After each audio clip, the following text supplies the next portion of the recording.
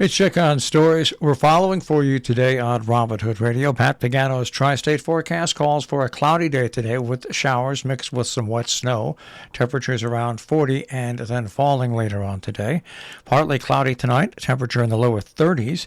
On Saturday, partly cloudy, temperature in the lower 40s. And our outlook for Sunday calls for a sunny day and temperature around 40 degrees. We'll get the full details on our Tri-State forecast in just a few moments. In the story in this morning's Republican American, in Cornwall, the closure of the historic covered bridge over the Housatonic River is more than just an inconvenience. First Selectman Gordon Ridgway reported at the Board of Selectmen's meeting that the accident on Tuesday in nearby Route 7 in the Falls Village ambulance squad arrived at the scene before Cornwall, which had to follow a detour along Route 125 and Route 4 before reaching the site. Ridgway spoke appreciatively of the regional mutual aid system in place for emergency responders. For positions exactly like this, the bridge was heavily damaged back in December of 23rd by a motorist who drove all the way through with a piece of machinery on a trailer that was higher than the 10-foot height limit. Ridgway said the wooden rafters, roof, and lights all were damaged. Quote, probably the worst damage I've seen. It went from one end to the other. It's remarkable the person didn't stop until they were all the way through.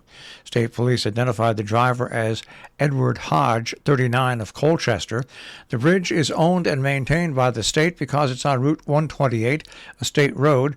Ridgway has been meeting with State Department of Transportation officials and contractors working on the repairs. He said the Department of Transportation did not give him an estimate of how long the bridge would be closed. He did say he was glad, though, that Mohawk Construction has been hired to do the repairs because it performed the rehabilitation work on the span a few years ago, and its workers are familiar with the structure. Ridgway said he's been asked how much an incident can be avoided in the future, some suggesting that larger signs to alert motorists to the height limit. Others warning signals, such as an electric eye, can also be deployed if a large load is coming. While some have asked about metal guardrails on the entrance to the bridge, such as the one at Bowles Bridge in Kent, others have questioned the aesthetic damage that would have to be done to the span if they were put up. In New York, Governor Kathy Hochul has vetoed a bill that would have eliminated a tax break for condominiums and cooperative apartment workers for newly constructed units in many Hudson Valley municipalities and throughout most of New York State. Hochul signed a bill that allows the town of Greenburgh to change its tax assessment system to value newly constructed condominiums in the same manner as a single-family home, which eliminates the tax break. The tax break can be as high as 65%, studies show. Whatever is saved by the condominium owners gets split among the remaining property owners in that municipality. In her veto message, Hochul said she opposed the bill because it would raise taxes on new condominiums and could hurt condo sales when higher taxes were figured in. Now, New York City and Nassau County were excluded from that bill because they have their own assessment systems. Berkshire County residents call their recent electric bills horrifically expensive. And if you're shocked by them, you're not alone. A story in the Berkshire Eagle. Electricity customers across Massachusetts facing sticker shock as they open bills that include pass-throughs from utilities related to higher costs for fuels used to generate electricity. Eversource's fixed rates for residential customers rose as of January 1st from 13.7 cents per kilowatt to 21.9 cents per kilowatt hour, an increase of 60%. Regulatory filings show that over the same period in 2022, the increase will result in about $40 more for the average household using 600 kilowatts of power, the company estimates, but that will vary on use. For small businesses, Eversource's fixed rates rose by 75.2%. Rates for medium and large businesses climbed 67.3%, according to regulatory filings. An even larger increase was rolled out by National Grid, the other top energy provider in Massachusetts. The company fixed residential rate as of November compared to the same period the year before climbed 14.8 cents per kilowatt hour to 33.8 cents per kilowatt hour, a jump of more than 128%. Rates for commercial customers rose 146.5%. The rates are in effect through April. Out of Great Barrington, the Airbnb host compliance system is now almost up and running. It will include a complaint hotline. A Texas company's software will be the eyes and ears of Town Hall, enforcing limits on homeowners who rent their houses for short term.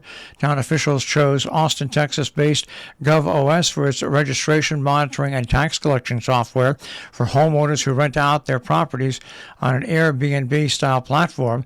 The system also includes a complaint hotline that'll be available 24 hours a day, 7 days a week with a local phone number. GovOS is in Austin, Texas. It's a firm used mostly by governments to digitize records and various municipal tasks. The company's compliance software is being used in communities nationwide, including in Arizona, Colorado, and Vermont. While the town's new short-term rental bylaw took effect January 1st, officials say the new system will more likely be up and running in February or soon after, according to the town manager. Much has already been accomplished, though. Officials are meeting weekly with GovOS to build out the registration portal and tailor the system to Great Barrington. Taking a look at some things going on in and around our tri-state region, Boy Scout Troop 22 will remove and recycle Christmas trees this year. That will happen tomorrow in Sharon, Salisbury, North Canyon Falls Village, and Norfolk. To sign up, 203-217-9917. Crescendo's concerts are being held, the ones that were postponed from last week. The concerts this week will be held on January 7th. The concerts will be held on January 7th and 8th. Saturday, January 7th at 5:30 at Trinity Lime Rock in Lakeville, and Sunday, January 8th at 4 p.m. at St. James Place in Great Barrington. CrescendoMusic.org for more details. Now, the Ancrum Town Garage will be accepting Christmas trees for recycling through Sunday. Barrels and cones have been set up at the town garage to guide you where to drop off your tree. There won't be people there to help you, so you'll have no staff available to help you unload your trees.